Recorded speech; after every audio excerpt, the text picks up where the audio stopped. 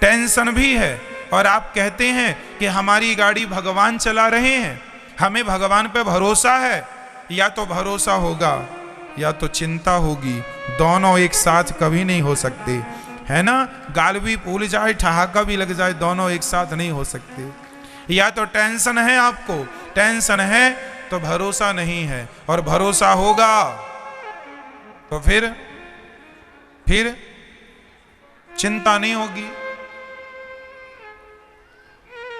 आप लोग क्यों नहीं भगवान पे भरोसा करते, क्यों नहीं भगवान पे विश्वास करते?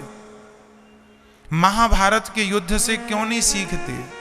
जैसे अर्जुन ने अपनी गाड़ी भगवान को सौंप दी, क्यों ना आप लोग भी अपने जीवन की गाड़ी भगवान को सौंप कर निश्चिंत हो जाओ। जो करेंगे भगवान करेंगे।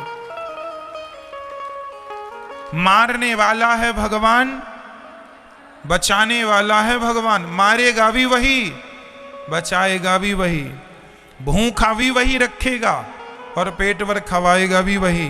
तो जब सब उसी को करना है तो फिर आप चिंता किस बात की करते हैं? अच्छा ये बताओ, आपका सोचा कुछ होता है? आपका सोचा होता है क्या? आपने सोच लिया कि ऐसा हो जाए तो हो जाएगा क्या? जब आपका सोचा कुछ नहीं होता, आपका चाहा कुछ नहीं होता, तो हम कहते हैं आप सोचो ही क्यों? क्यों सोचना है? सब भगवान कर रहे हैं, उन्हीं को करने दीजिए। हम तो देखो निमित्त मात्र हैं। बार बार मैं इन शब्दों को दोहराता हूं ताकि आपको किसी भी प्रकार से समझ में ये बातें आ जाएं। हमारी सफलता के जिम्मेदार कौन है? भगवान चाह रहे हैं कि आप जीत जाएं, इसलिए जीत गए। यदि आप हार गए हैं, असफल हैं, तो ये सोचो कि ये भी ईश्वर की मर्जी है। उसकी मर्जी में यदि चलो वो मुझे असफल ही रखना चाहता तो मैं उसकी मर्जी में खुश रहूं। जैसे भगवान रखें, जैसे रखें राम जी, रहना चाहिए और सीताराम सीताराम कहना चाहिए। हर हाल में खुश रहने की आदत बनाओ, टेंशन मुक्त रहो, चिंता मुक्त रहो। जो करेंगे भगवान अच्छा करेंगे। एक पिता को चिंता होती है, महाराज मेरी बेटी सयानी हो गई है, बताओ मैं शादी करूं, लड़का ही नहीं मिल रहा है, महाराज जी बड़ी टेंशन है, बेटी का विवाह कैसे होगा? भाई लड़का देखो तो मन लगा के, कर्म तुम करो मन लगा के, चिंता ना करो, जब समय होगा अपने आप हो जाएगी। तुम कर्म करते रहो लेकिन चिंता ना करो। आप लोग चिंता करने लग जाते हैं। भैया को जगाइयो जरा। चिंता नहीं, चिंतन करना है। क्या करना है? क्या करना है मेरी मां? चिंतन। जो करने वाले हैं वो कौन है करने वाला?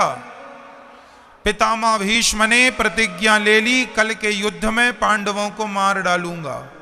ये प्रतिज्ञा किसने ली थी महाभारत में? भीष्म पितामह ने।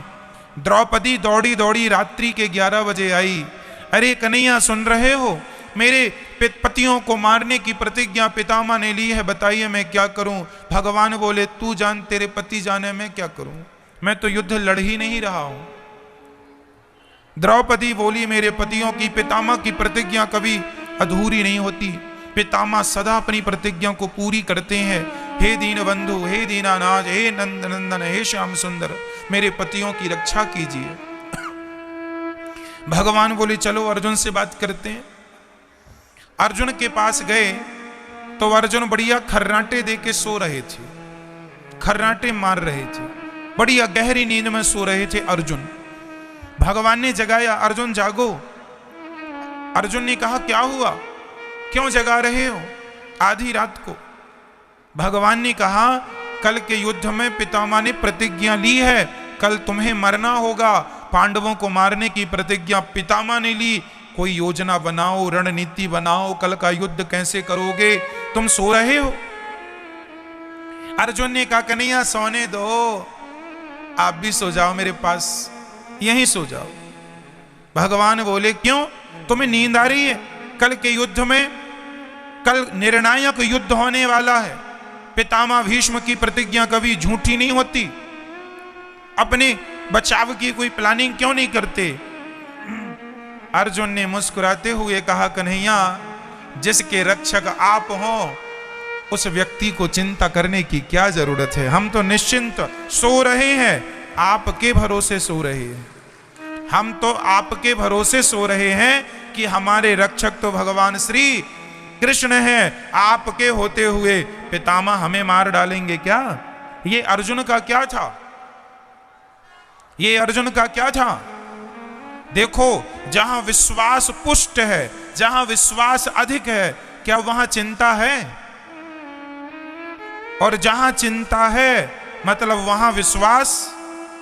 तो आप में से कितने लोगों को भगवान पर विश्वास है?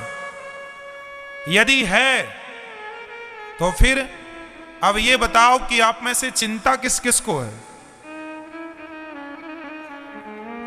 मेरी मां, चिंता नहीं, सौंप दो, अब सौंप दिया इस जीवन का सब भार तुम्हारे हाथों में है। जीत तुम्हारे हाथों में है, हार तुम्हारे।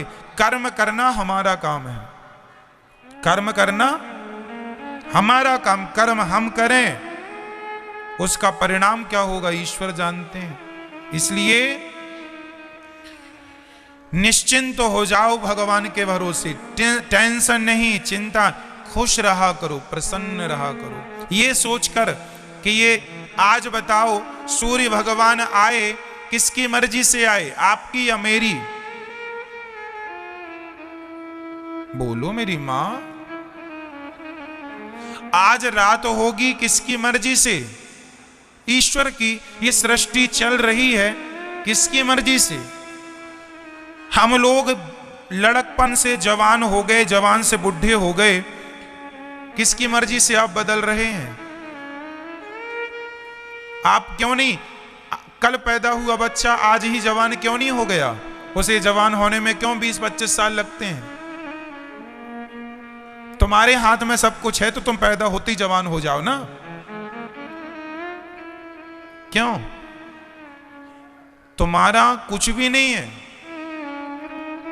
तुम्हारी ग्रोथ जो दिन दिन होती है वो तुम्हारी मर्जी से नहीं होती, ईश्वर की मर्जी से होती है।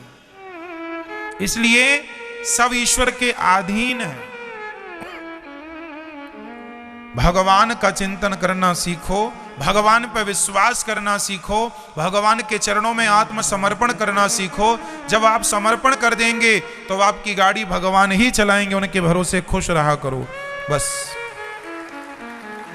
हम लोग अहंकार कर लेते हैं, जरा सा कमाने लग गए, जरा सा पैसा कमाने लग गए, हम कमा रहे हैं, हम पैसे वाले हैं, हम ये हैं वो हैं। अहंकार तो देखो आदमी का, आजकल का आदमी ना ऐसे चलता कैसे, ऐसे ऐसे अकड़ देखो जरा, ऐसे चलता है जैसे ये राजा हो, सब इसके गुलाम हैं। आप लोगों के पास कितना पैसा है? 10 लाख, 20 लाख, 1 करोड़, 10 करोड़, 50 करोड़, 1 अरब, 10 अरब, 100 अरब, कितना? जितना बोल रहे हैं इसी के अंदर होगा जो भी होगा।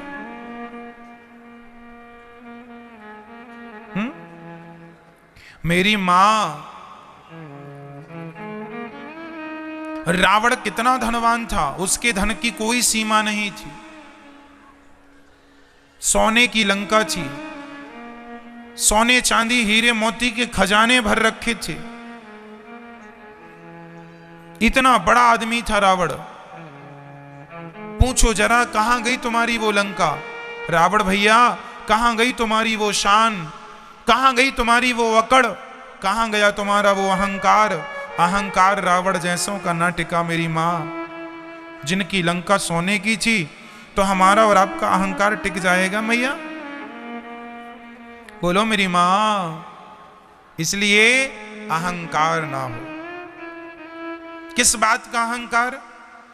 आप लोगों को अहंकार है या नहीं? नहीं।